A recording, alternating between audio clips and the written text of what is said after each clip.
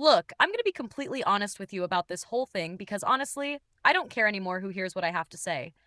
I'm Gabby. I'm 24, and this story is about how I supposedly ruined the best thing I ever had. Though, I still think everyone's being way too dramatic about it. I was working part time at this place, nothing fancy, just paying my bills while living with two roommates who were constantly in my business. I met Randall at this house party my friend threw, and right away I knew he was different from the usual guys I'd been dealing with. He was 26, just started this new job, and he had that whole sweet, stable thing going for him that honestly made me think, okay, this could actually go somewhere. He wasn't trying to get in my pants within 5 minutes of meeting me. He actually listened when I talked, and he had his life together in a way that was really attractive. Between us, I'd been dealing with way too many losers who couldn't even keep a job or remember to text me back, so finding someone who seemed genuinely interested in getting to know me felt like hitting the jackpot. The thing is, I've always been smart about relationships, and I knew that if I wanted Randall to see me as more than just another hookup, I had to play it differently. I'd learned from experience that guys don't value what they get too easily, so I decided from the start that we were going to take things slow. When he'd lean in for more than just kissing, I'd pull back and give him this speech about how I wanted our relationship to be special and meaningful, not like all these other shallow connections I'd had before. I could see it frustrated him sometimes, but I also saw how it made him try harder, how he'd plan these thoughtful dates and really put effort into showing me he was serious. In my head, I was being strategic about building something real, something that would last. I told him I wanted to wait because he was special to me, because what we had deserved more than just rushing into things physically. And honestly, part of me really believed that. Randall represented everything I thought I wanted in a partner: stability, kindness, someone who would actually stick around and treat me right. But here's where it gets complicated, and this is the part everyone freaks out about, even though it's really not that big of a deal. I'd been talking to this other guy, Jackson, for a few months before I even met Randall. We'd matched on some dating app, and it was clear from the start that neither of us was looking for anything serious. Jackson was 28, confident in this way that was honestly pretty intoxicating, and he was straightforward about what he wanted. No games, no pretending it was going to turn into something more, just good chemistry and fun times when we both felt like it. I'm not going to apologize for having needs and wanting different things from different people. With Jackson, it was purely physical attraction and excitement. With Randall, it was about building something real and lasting. I didn't see why I couldn't have both while I figured out what I actually wanted long term. People act like I was being some evil mastermind, but honestly, Randall and I weren't exclusive yet. And what he didn't know wasn't hurting anyone. I genuinely thought I was being smart about the whole situation, keeping my options open while still investing in what could be a really good relationship. Looking back, I still don't think I was wrong for exploring what was available to me before making any big commitments. I mean, we weren't married or even officially together yet, so technically, I wasn't doing anything wrong. The way I saw it, I was taking time to really figure out what I wanted instead of just jumping into something serious without being sure. That's actually the mature thing to do, right? Making sure you're ready for commitment before you commit. I was protecting both of us from getting into something we weren't ready for. And honestly, the physical stuff with Jackson was keeping me from putting pressure on Randall, which was actually good for our emotional connection. I could focus on building something real with him without getting distracted by physical frustration or needs that he wasn't ready to meet yet. In a way, I was doing us both a favor by handling things the way I did. So for about a month, I had this whole system worked out. And honestly, it was kind of perfect for what I needed at the time. Randall would take me on these really nice dates. We'd have these deep conversations about our futures and what we wanted in life, and I'd let him think he was slowly winning me over by being such a gentleman. Meanwhile, whenever I was feeling that physical frustration or just wanted some excitement, I'd text Jackson, and we'd meet up. It usually happened late at night when Randall thought I was having girls' nights with my roommates or just staying in.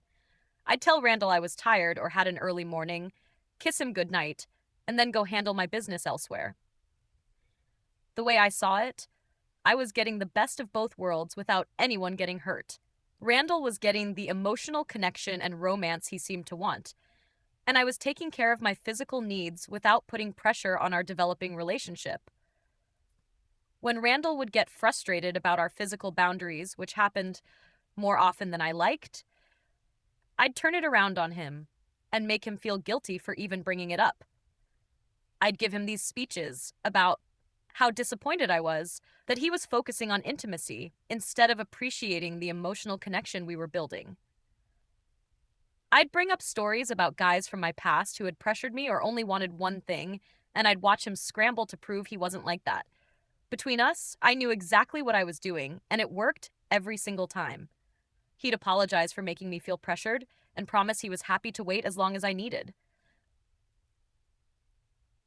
The thing is, I really did care about Randall, and I really did see a future with him.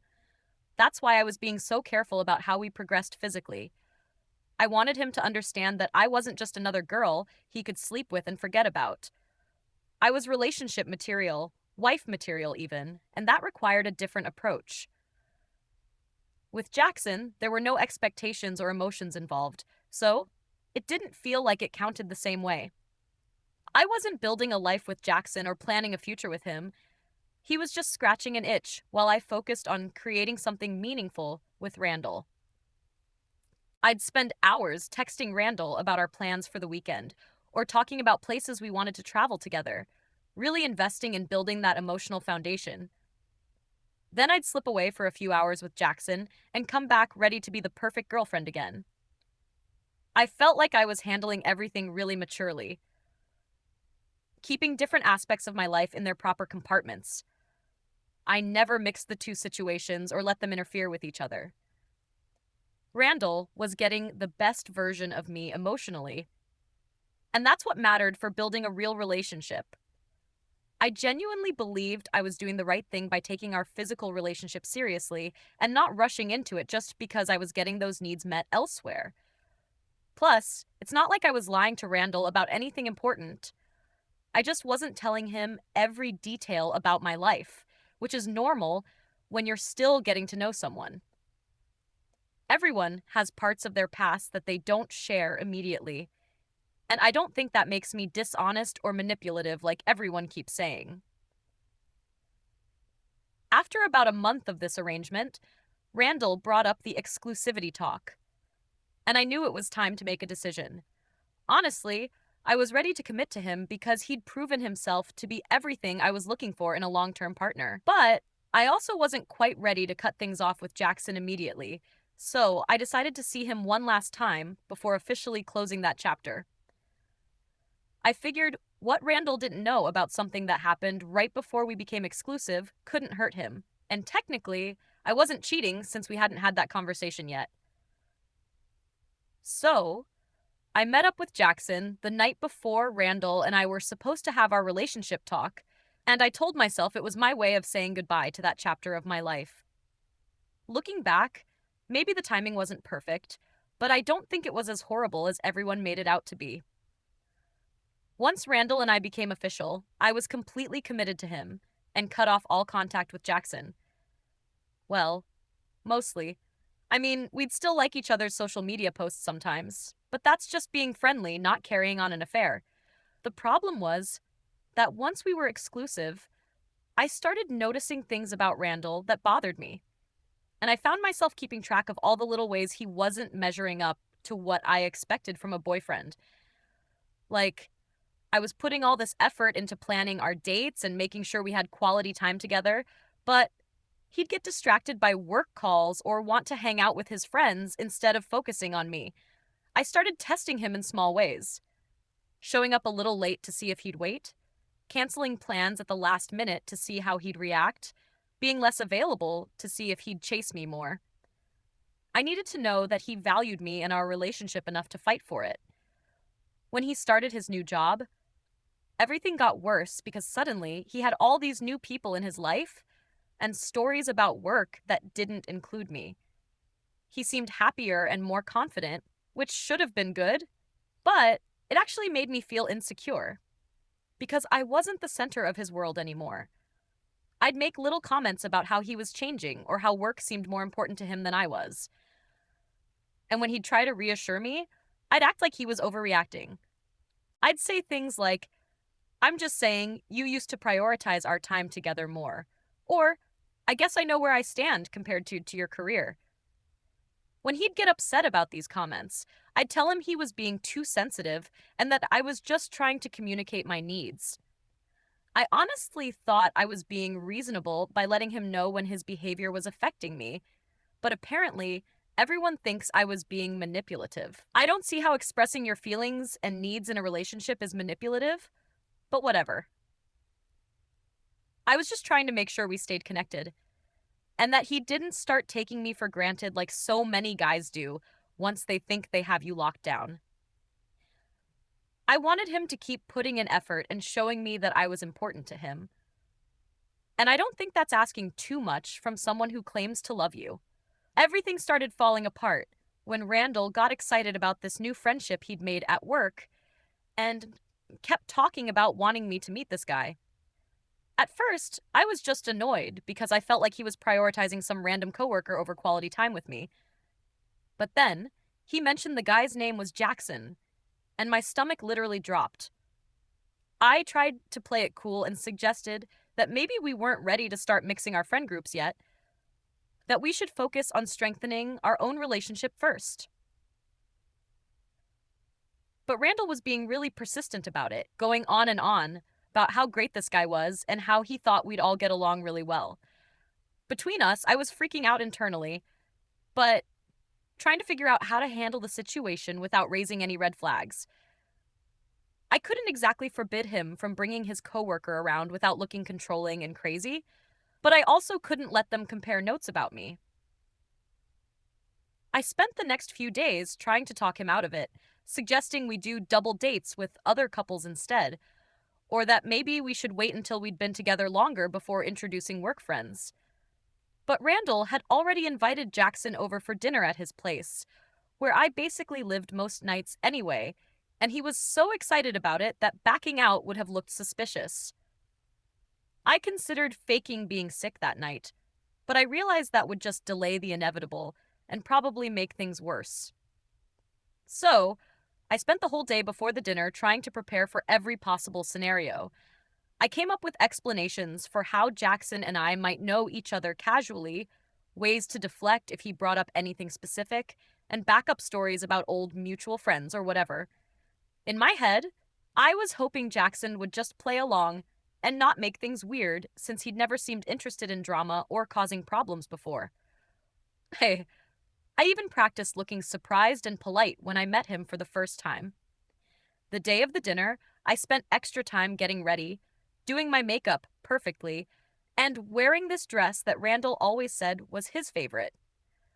I figured if I looked amazing and played the perfect girlfriend role, I could control the situation and maybe even make Jackson regret that we never tried to make things serious. I was planning to be charming and sweet, maybe even make some subtle comments about how happy Randall and I were together, just to establish where everyone stood. Honestly, I thought I could handle whatever happened and come out looking like the innocent party in all of it. I mean, what was Jackson going to do? Announce to Randall that we used to hook up? That would make him look bad too, so I figured he'd have just as much reason to keep quiet about our history. I was actually kind of excited to see him again, if I'm being completely honest, because I wanted to show him what he'd missed out on by not wanting anything serious with me. The dinner was a complete disaster from the moment Jackson walked through the door. I could tell he recognized me immediately, and instead of playing it cool like I was hoping, he had this smirk on his face like he thought the whole situation was amusing. I tried to act like we were meeting for the first time, extending my hand and giving him this bright smile while saying how nice it was to finally meet Randall's new friend. But Jackson just looked at me with this knowing expression and said something like, "Actually, We've met before, haven't we, Gabby? And my heart started racing. I tried to laugh it off and act confused, saying maybe we'd run into each other around town or something. But then he started getting more specific about where we'd met and when. He mentioned the dating app, our first meetup, even details about my apartment that made it obvious we'd spent time there together. I could see Randall's expression changing as he started putting the pieces together, especially when Jackson casually mentioned that we'd been seeing each other pretty regularly until recently. The whole time this was happening, I was trying to send Jackson signals to stop talking, but he seemed to be enjoying himself way too much to care about making things awkward. When Randall finally asked directly what was going on, I went into full damage control mode. I tried to minimize everything, saying that Jackson and I had maybe hung out a few times, but it was never anything serious, just casual friendship stuff. I kept emphasizing that it was all in the past before Randall and I had even met, which wasn't technically true, but felt like the safest version of events. But Jackson wasn't having any of my revisionist history and started correcting my timeline, pointing out that we'd been seeing each other well into the time when Randall and I were dating. That's when Randall got quiet in this way that honestly scared me more than if he'd started yelling. He asked me directly if I'd been intimate with Jackson while we were dating, and I could feel everything falling apart. I tried to turn it around on him, asking why he was interrogating me like this and making me feel like I was on trial. I started crying and telling him that this felt like he was attacking me instead of trusting me, that he was letting some jealous insecurity ruin what we had built together. I brought up how he'd always been suspicious of my friendships with guys and suggested that this was just him looking for an excuse to not trust me. When that didn't work and he kept pushing for honest answers, I got angry and accused him of setting me up, claiming he must have known about Jackson and me before inviting him over, and that this whole dinner was some kind of trap to humiliate me. I told him that if he really loved me, he would trust me and focus on our future instead of obsessing over some meaningless thing from my past. I reminded him that we weren't even exclusive when it happened, so technically I hadn't done anything wrong, but he just kept looking at me like I was some stranger. And I could tell that nothing I said was going to fix this situation. After that, dinner exploded, and Randall asked me to leave so he could think about things. I honestly expected him to come crawling back within a couple of days once he'd had time to cool down and miss me. I mean, we'd built something real together, and I figured once he got past his wounded pride, he'd realize that what happened with Jackson before we were official didn't actually change anything about our relationship. So, I played it smart and didn't blow up his phone or go chasing after him like some desperate girl. Instead, I posted some photos of myself looking amazing on social media, went out with friends, and basically showed him that I was doing just fine without him, while giving him space to realize what he was throwing away. But then days turned into a week, and I found out he'd blocked me on everything: Instagram, Facebook, even my phone number. When I tried to go to his place to talk things out like adults, my key didn't work anymore, which meant he'd actually changed the locks. That's when I started getting really angry because he was being completely childish and overdramatic about the whole situation. I tried reaching out through mutual friends, but they all started acting weird around me and making excuses for why they couldn't help me get in touch with him. Then I found out that he'd told everyone our business, painting me like some cheating villain instead of just explaining the situation like a mature person would.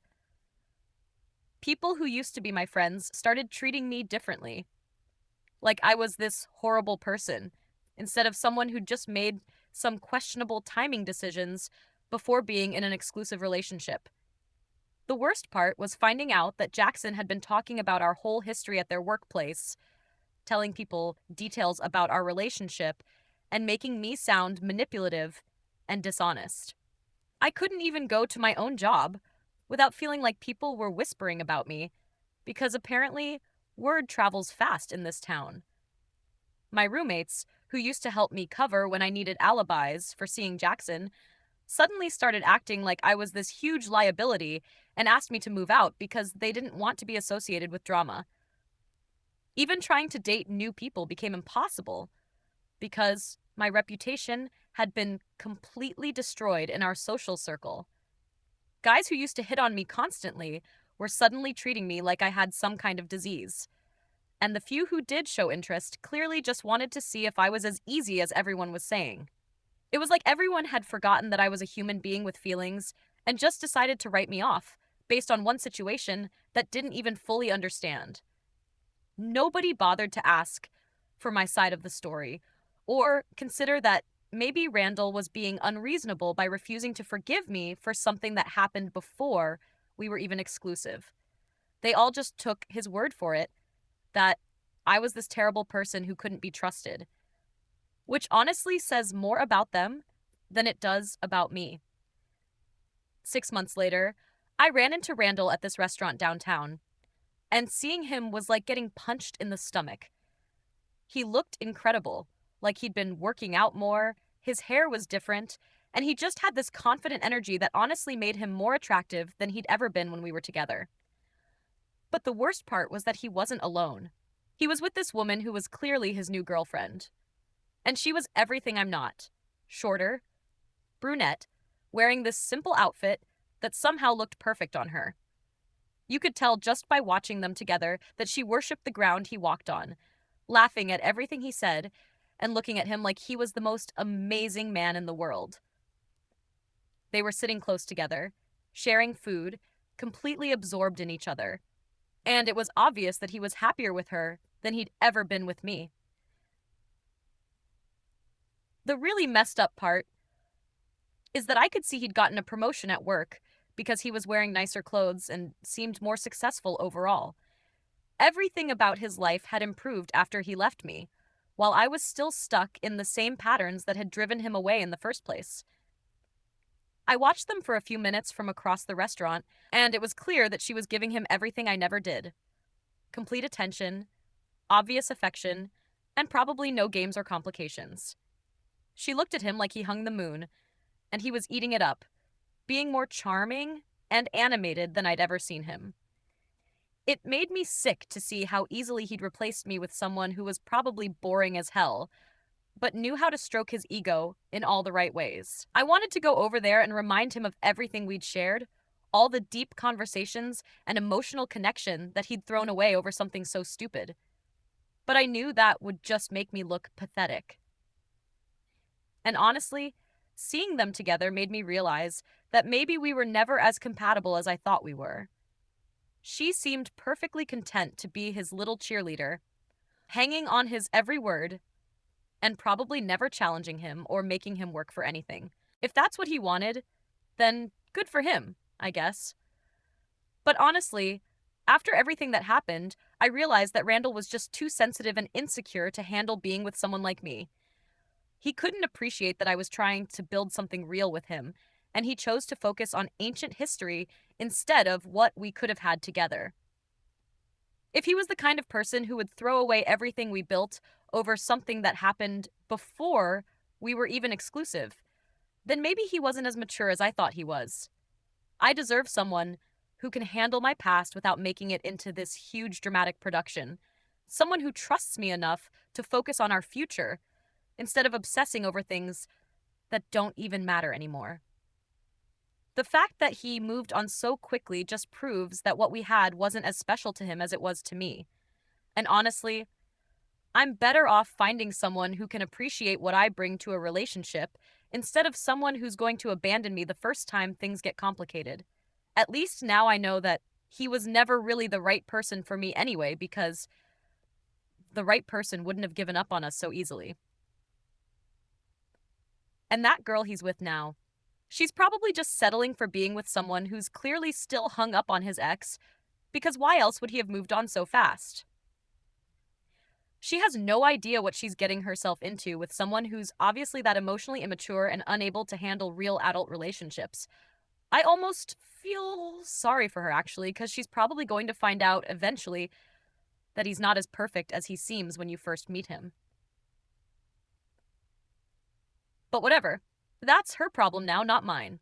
If this confession kept you hooked, make sure to subscribe, like, and share. We share powerful true stories every day that explore the complex realities of life.